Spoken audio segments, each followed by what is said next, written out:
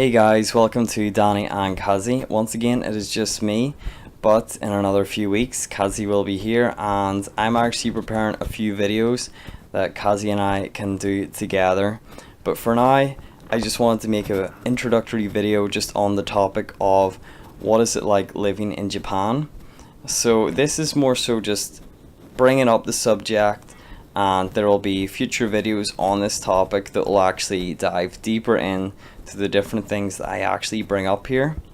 I just wanted to kind of get like a bit of a crash course underway, just so for you that are interested in going to Japan either on holiday or to live and work there, then I'm hoping this video can be helpful and just provide some sort of insight.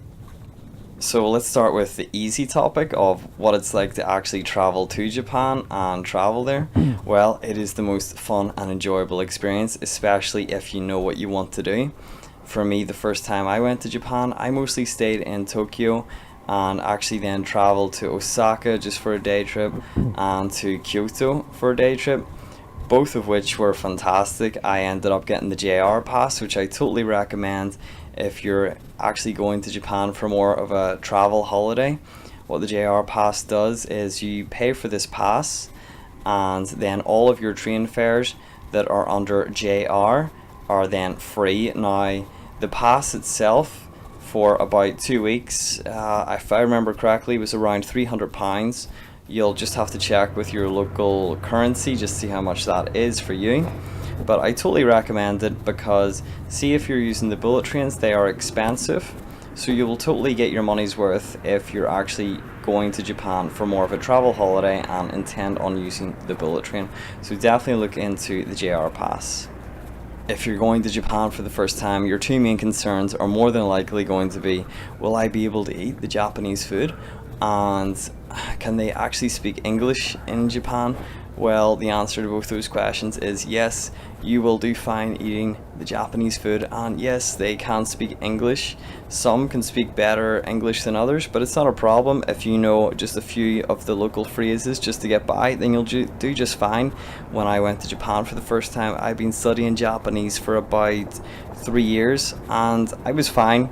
Even if I hadn't that knowledge, I would have been fine, and I was completely safe. It is a very safe area, or very safe country. I was in Tokyo, which was actually a safe area. I felt very safe.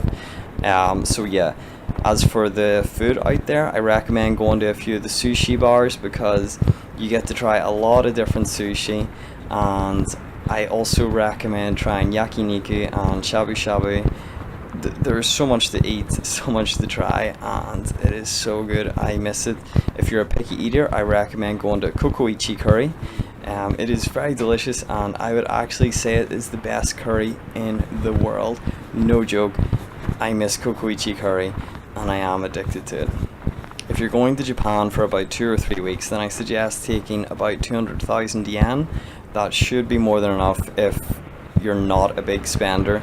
I mean, what I normally did was I blew all my money like in the final week, but I would normally go to Japan for 3 weeks.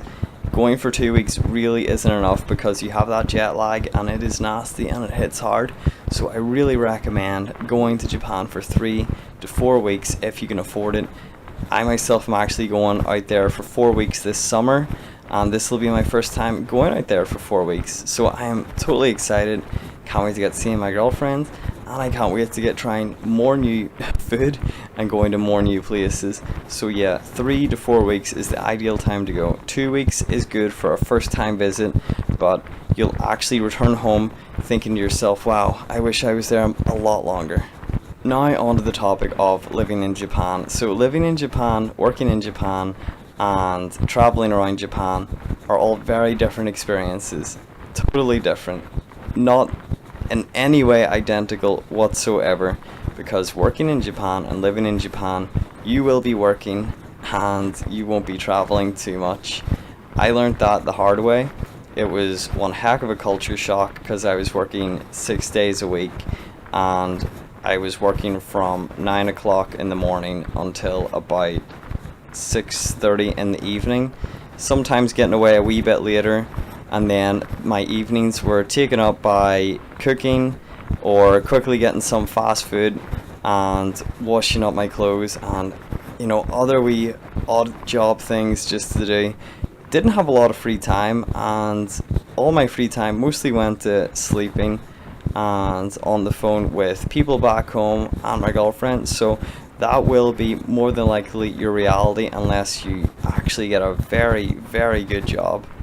Now, I was actually working in school. It was an international school, not the best school, but I will give that topic a bit more detail in another video. This is not the time for it. And yeah, if you can land yourself in a great school, then you'll do perfectly fine, and you'll get plenty of holidays to actually travel around and enjoy living in Japan.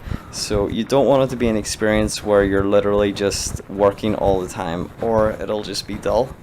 The other thing to consider is opening up a bank account, which is easier said than done. I actually had a friend go with me because there wasn't a whole lot of English language assistance, so I was very lucky my buddy went with me. And not only that, your workplace will more than likely want you to open up an account with their preferred branch, but I suggest looking into whatever branch they recommend, okay? Accommodation in Japan is something I really want to stress a lot of caution about. I lived in a shared house. You're actually seeing my area that I was living in this video. So this was my local area, and you're coming up to the entrance of my shared house.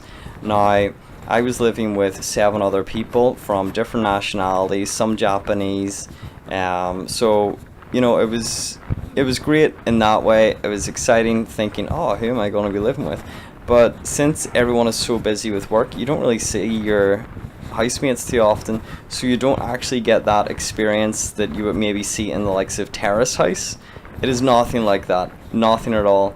And my roommate was completely gross and inappropriate. So shared house, a lot of caution there. Even if it's cheaper, I don't really recommend it. Spend a bit of extra money to get a place of your own. Now, these are all topics I will go into a lot deeper in other videos, particularly if people suggest me to go deeper into them. But I will end it here because it was a rather long video. Thanks for watching. If there's any questions, please post them in the comments. And yeah, a like and subscribe would be great too. Thanks for watching, guys.